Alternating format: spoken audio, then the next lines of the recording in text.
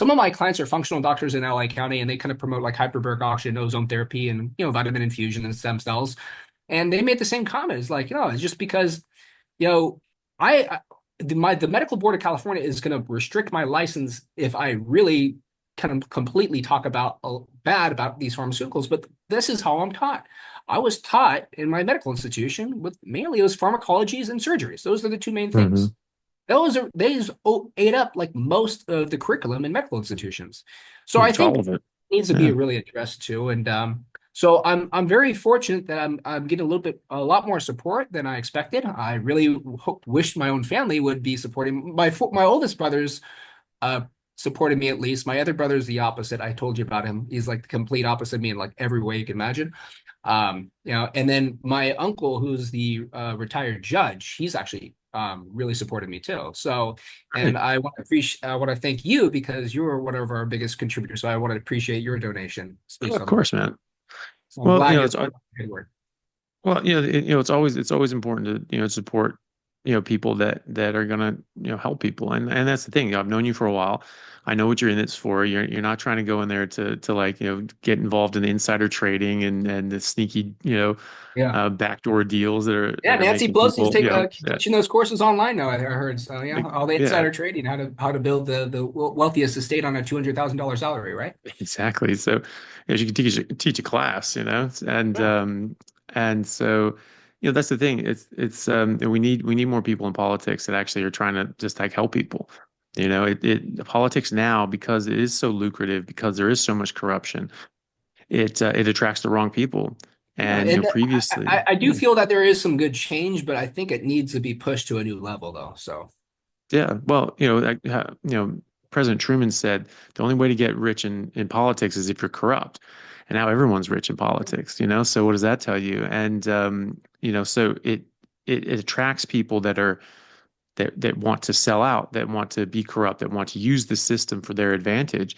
And um, that's another thing too, having money in politics. I mean, the Supreme Court decision in the 1930s with FDR, changing it from, you could only spend money on the general welfare, not, specific, general welfare of the people. You couldn't spend money on special interests. And they decided, and you'll know the details more to this, but they say, well, oh, actually, if I help this special interest, that's sort of like trickle down economics. It'll trickle out, and that'll help everybody. And so that is the general welfare of the people. And of course, that's exactly the opposite of what the framers said.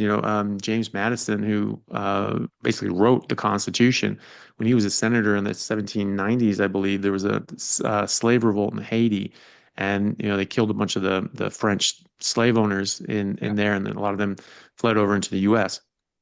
And there was a bill up in front of Congress saying that, well, maybe we should give them like $15,000 at a time, which is a lot of money, to just help them get on their feet. And James Madison went on the floor of the Senate and irate and just said, and he wrote this, and he said, I fail to lay my finger on that article of the Constitution that allows Congress to spend the money of its constituents for acts of benevolence.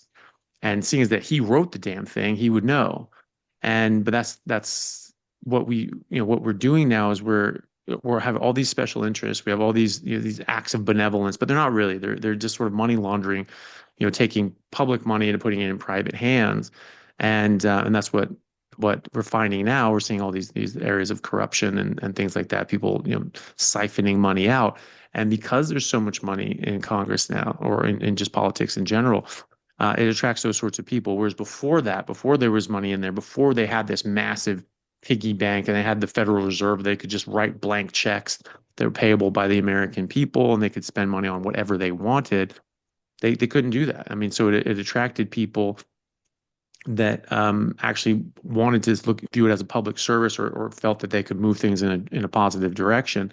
And now it's really just more about, what they can get out of it. And so when you see people that because you know them personally, they aren't looking for that. Obviously you want to support that sort of thing. Hey everyone, really happy to announce a new sponsor for the show and for everybody down in Australia, Stockman Steaks, who are delivering high quality grass-fed and finished pasture-raised beef and other meats, flash frozen and vacuum sealed to your door, something that I've been enjoying a lot of myself recently as well. They also have a great range of specialty items such as high-fat keto mince and carnivore beef and organs mince with liver, kidneys, and beef heart as well. So use code Chaffee today for a free order of beef mince or another specialty gift along with your order at stockmansteaks.com.au, and I'll see you over there. Thanks, guys. Yeah. And I really think we just need people more outspoken. I think even before the election, I was like the only like, people, like a person with like, bumper sticker, like saying make Mm, America great again and all that. But I have so many colleagues that are attorneys. I gotta say, most attorneys, I don't want to really completely annihilate my own profession, but I don't like my own mm, profession for many reasons. A lot of them just really don't have any testicles. These guys, they're afraid to speak out. They didn't want to mm, speak out. They're like, oh yeah, I don't want to get the vaccine, but I'm not going to speak out against it. I'm like, why? Like they're forcing it like on all of the employees. I have a lot of mm, friends who work with the government, and they're forcing it on all the government employees. I'm like, this is completely wrong. It should not be mandatory. I was like, why don't you speak out? But I just realized that a lot of people just they need a lot of people are afraid to speak out because they're like, well, I got a wife and kid. I don't want anybody coming after me. So I mm, know I told you I'm not married and I don't have any kids that I know about after college. But anyways, I I really I don't have anything to be really worried about, but I know we need I'll say beyond the carnivore community. I mean, the entire health community that want to make some changes and really realize that we're kind of falling apart, not only health wise, but economically too. Someone needs to speak up and have a spine and speak out. And I already told you I get threats for a living, and especially since I do bank garnishments, I do collections. One of the few attorneys that actually helps the clients collect from a judgment, because most judgments, I think a little over 90% of all monetary judgments are uncollectible. People don't realize that, oh or at wow. least they can't collect. Yeah, no, that's why you mainly took that. You look at if they were on real property because you can put liens on real property, and then you can I'm one of the few attorneys that knows how to do a judicial foreclosure. Basically, you ask the court to sell the property to pay off the judgment. And it took me a couple of months to actually study and practice that. But I actually get hired by other attorneys to do that. But I got really good at garnishing bank accounts too. So I looked at how to ascertain, like, statewide and nationwide bank accounts. And that's why kind of like I mentioned Olivia, but yeah, she's a really good point at that. And yeah, so I have a lot of people coming to me even after they get a judgment with a different attorney. But I was like, yeah, but we want to do collections. And when someone gets their bank account of like, let's say if they have $80,000 just completely wiped out over like a $200,000 judgment, and you still got the 120 remaining plus interest, the person will look at the notice that they get from the bank and the notice they get from the LA County Sheriff. It's gonna have my name with the biggest font. Christopher Right. Brandlin is be the one that's wiping out your bank account. Yeah, you're And the my guy. client, sometimes my client's name is not even on it. And I was like, this is kind of some interesting kind of like post kind of like attachment to a root of execution. But anyways, or my client's name on it, it's in the smallest font possible. But my name is usually larger, and it says, this is going to person, this is like the proof of service is going to have my address. So probably should get security at one point. But yeah, I get occasional death threats. I get a lot of threats, and especially when I spoke out about my political beliefs, a lot of other attorneys like trying to shut me down, and they're because Mm, some other attorneys are like, oh my God, he's an anti-vaxxer. He's gonna make everybody's worse. And then some of them even try to report me to this California state bar and a mm, Texas state bar because I'm licensed in both states. I'm pro hoc feature a little bit like in Nevada, as I told you, I can do limited practice. But they try to report me to the state bar for speaking out against the vaccine, and they just call me the mm, conspiracy theorist. That's I'm going to be worsening that. It's misinformation. All right, they're mm, basically promoting misinformation to the entire public, and that's going to be in violation of some standards that relate to moral turpitude for the community. And it was complete bullshit. I had to speak with the California State Bar. They never prosecuted, but it's like everybody's trying to take me out because I'm speaking out. So mm. I don't mind that, and I know it's going to get worse as I go through the politics. And I was told to get a gun, so I'm trying to expedite that right now. Yeah, Wow. but no, I think our entire country really needs people with some actual spine to speak out. You're always going to have some threats, but would you rather was it like Emilio Zapata or something? Maybe one of those kind of like traditional speeches were like, I'd rather die on my feet than live on my knees. Mm, I think we have to have more people with that mentality. We need more strong men and women, and that's why I do like the new cabinet. I mean, huge fan of Pam Bondi and Tulsi Gabbard and a few others, and yeah, Kristi Noem. And I think we need a lot more people to bring this up, but I think we need to embrace that. And I think my benefit that I want to bring to this campaign is I'm going to put a huge aspect on the changes of the Department of Public Health and how it's going to be affecting all, not only the medical institutions who are teaching our future doctors on how to treat clients instead of just treating them primarily pharmacology, for every problem, yeah, and there's a pill. We're not if you have a doctor, is common saying, if you go to a doctor and you tell the doctor you're having problems and he prescribes you medicine without asking about your lifestyle, your daily diet, you don't really have a doctor, you have a drug dealer, right? And I mhm, think that needs to be changed. I don't think patients, I think patients need to be patients again, patients instead of being customers, because patients are becoming customers for routine mhm, doctors. Like you put them on these pharmaceuticals, see how it works. I do think there needs to be a huge change in how we're promoting the dietary guidelines for the children too. So I think that's going to be the most important, as you may recognize. I'm sure you have some nieces and nephews, right? mhm, Or at least some cousins that do. But yeah, you can see that like the kids nowadays are so unhealthy and out of shape. And not just mhm, that, you can't even tell what gender they are half the time. Like, oh my God, what is this? Like, and mhm. so they're not only are they kind of giving them bad dietary problems, but they're promoting kind of like hormone medication amongst the adolescents. I see some really huge moral issues with that. So I think that needs to be changed as well. And economically, I'm really a big proponent of the DOGE. So I know you're kind of in the United States for right now, and you probably have a lot of your family in the United States, right? So I got to ask you, and I'm trying to stir this up politically too bad. I told you that before we started, but how does your family feel about $8 million of our tax dollars to going to transgender rat surgeries? Do you think that was really effective or necessary? I don't even know if anybody even realized that. I don't think Oh, yeah, anybody no, realized exactly. that. I think when they found Yeah. that, they were probably just like, Wait, we're doing what?" Well, It was, and this is why you work hard and you pay your taxes is yeah, yeah. so you Well, can that's pay it. Yeah, but for for the transgender surgeries betterment for of rats. society, and who was it? Oh God, who's the guy? Uh, you know, is it Rand Paul? Um, Yeah. Yeah, he's been doing this for years. He goes up and he's just like, it's like we're spending this. We're like, this is like, $200,000 on this nonsense study. $5 million on And this. Not. I He's been like him calling this because out he for hates Fauci. years. He hates Fauci just as much as I do too. So I'm a Yeah. huge fan of him. But yeah, you see a lot of this, and there's so much waste of our tax here. I mean, I want transparency, and people are like, Mhm. well, you think you're going to be hiding like every other politician? You're an attorney, you're going to be hiding. I'm like, no, I think I'm like Mr. TMI. I'm going to give you too much information, stuff that you even don't want to hear. Okay, so This is yeah, so I think that's really needs to be focused. Like, I really don't. Even if people want to run a really detailed background, go ahead and welcome. Do it. All you're going to find is a bunch of speeding tickets. You're not going to find any major. I did some food crime in broken college, legs but and it things was, like yeah, that. I stuck with the Yeah. basics. It was just weed and alcohol. Okay, it was the typical fraternity president. But no, I think I got my shit together. I think I'm proving myself. So I got to watch on the language. Apologize. So good. Sure. So yeah, well, it's interesting. Like you were talking about everybody on these this cascade of medications, which is called a prescription cascade, where you go on one medication and then that causes side effects. You need another medication and another medication and another medication. And pretty soon you find out that you're on 8, 9 different medications, and what the hell are they for? They actually came as a consequence of all the other medications. And really, it's just this one medication back here that you really should be on something else, and then that just knocked down all the dominoes.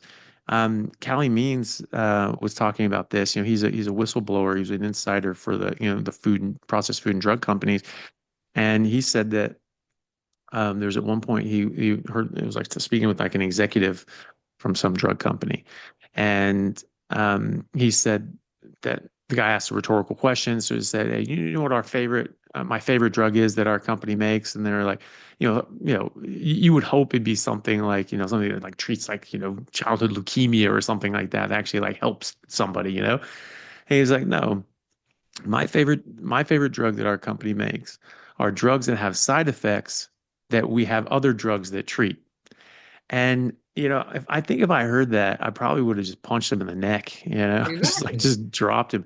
I mean that's just evil. I mean that's That actually is very pretty evil. sinister. You know that you're only thriving On financially suffering. based on the Yeah. more they suffer, the more money I make. People Yeah. need to Well, and recognize. you're treating people as things. These are just chattel. We're just going to use it as like, how do we milk these things for money? How do we, Hey, it's really sort of a slave master mentality. You're, yeah, you're just trying to keep people under control and just milk money off them and take advantage of them as much as possible, as opposed to, the free market system has been described as forced altruism. You have to provide something beneficial for other people or they won't buy your product. And so this is sort of like a sort of a sneaky backdoor thing where yes, they can provide a lot of benefit, but they intentionally don't try to cure anything. They intentionally just try to have it good enough so you can live with the disease and live with the problem and never get off of it. And so then you're sort of beholden to them. And that's a corruption of that. Now, you can choose, okay, well, maybe I don't want to do that. But there's no other game in town, they don't really have much of a choice. And when you have doctors who are now basically being trained to be drug peddlers, we're sort of the on-street drug pushers for the cartels. And I do think of them as drug cartels. I don't think of these things as legitimate organizations. They're dealing drugs, and it's just that these drugs happen to be legal under certain circumstances, under certain conditions. But they're obviously still drugs, but there's that same mentality. It's not just like, hey, let's cure disease. They're explicitly not trying to cure disease. They're explicitly trying to treat symptoms so that you can give them that medication their whole life, because that's what any good drug dealer does. You hook them early, you get them young, and you keep them for the rest of their life. So you get that return, that comeback, and they're addicted, and they have to come back. One, with cocaine or meth because they're addicted and they can't stop, and the others because they have high blood pressure and they're going to stroke out, so they can't stop. And so instead of trying to actually fix people and help them, they're just trying to milk them and take advantage of them in a sickened state, and that really bothers me. And that's sort of what drives me to do this, because a lot of these things are so easy to fix. They're so simple, so straightforward. It may not be very easy for someone to execute that and completely change their lifestyle, but it is simple. There is a solution here. Hippocrates said, over 2,000 years ago, before you try to heal somebody, first ask them if they're willing to give up that which is making them sick. And that we knew that 2,500 years ago. And now it's like, no, no, no. The only thing that can fix people are drugs. Only things that can fix people for these diseases that never existed in this number are drugs. It's like, well, what changed to make these so prevalent? Why don't we look at that and maybe stop doing that, and we might have better results. Hey guys, just want to take a second to thank our sponsor, Carnivore Bar. I don't promote many products because honestly, all you need to be healthy is to just eat meat. For those times that you're out hiking, road tripping, or stuck at work and you want a nutritious snack that is just meat, fat, and salt if you want it, the Carnivore Bar is a great option. So I like this product not because it's just pure meat, but also because I want the carnivore market to thrive as well. And the more we support meat-only products, the more meat-only products there will be available in the mainstream. So if this sounds like something you'd like to get behind, check it out using my discount code Anthony to get 10% off, which also applies to subscriptions, giving you 25% off total. All right, thanks guys. kind of like the low fat craze that kind of stirred up in the Yeah, 80s, where they said, yeah, "Well, exactly. fat's going to be killer. We're reducing every fat," and then all of a sudden, you see that everybody just starts going overloading on carbohydrates and just gets Mhm. tremendously overweight. Yeah, no, and you bring up a good point about when the doctors are over prescribing. I think that's a huge issue. But I think Mhm. there is also I'm gonna give you a little leniency. So look, I'd never like to bash the entire profession. So that's why I enjoy having functional doctors as clients that think outside the box. And one Mhm. of them actually wants to help with the lawsuit that Dr.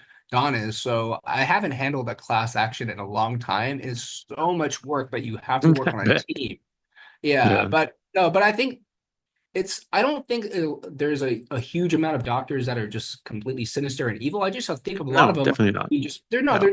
they're misinformed, they're miseducated. Where, yeah, look at, if I'm being be taught this through my entire kind of like, education, and is going becoming a medical doctor, that pharmaceuticals are going to be necessary to treat all these different conditions, then that's what I'm going to be believing is going to be helping my patients. They think they're going Yeah. to be helping patients, and that's where they go. So I don't think they're, and I don't think they're uneducated. They're just miseducated. It's just they're Yeah. just taught like a different kind of Yeah. rubric, and I think that should be focused too. And I did like the fact that there are, like, just like doctors, there's a lot of attorneys that will Mhm. make more money off of more person suffering financially, because Mhm. they'll get them in a situation, they'll convince them like, yeah, you know what, we really got to take the case this direction. This is going to be the best thing. And all of a sudden, they're losing these motions that they're filing. They're like, you know what? That wasn't necessary, but I want to take these depositions. I'm like, oh, you're going to take them. They're either non-party, like they're not even like witnesses to the incident, or to a transaction. And then, do Mhm. you really need to be spending like a hotel, like when you fly out? Because there's a rule of law. If you take an in-person deposition in the state of California, basically the rule is that you have to take it within 75 miles of the radius. And this is why I represented a couple of large companies in 2014. And I remember had to go back and forth to the East Coast to take these depositions, all these witnesses, because I couldn't bring them over here to California. But there are Mhm. attorneys that will kind of take advantage of people just, suffering financially, just getting Mhm. worse. And they just know how to trick them. And then sometimes they just, yeah, Yeah. it's kind of manipulative Slimy. behavior. So that's something that really needs to be addressed too. So Yeah. that's gonna be part No, of my too. they're explicitly not trying to cure disease. They're explicitly trying to treat symptoms so that you can give them that medication their whole life, because that's what any good drug dealer does. You hook them early, you get them young, and you keep them for the rest of their life. So you get that return, that comeback, and they're addicted, and they have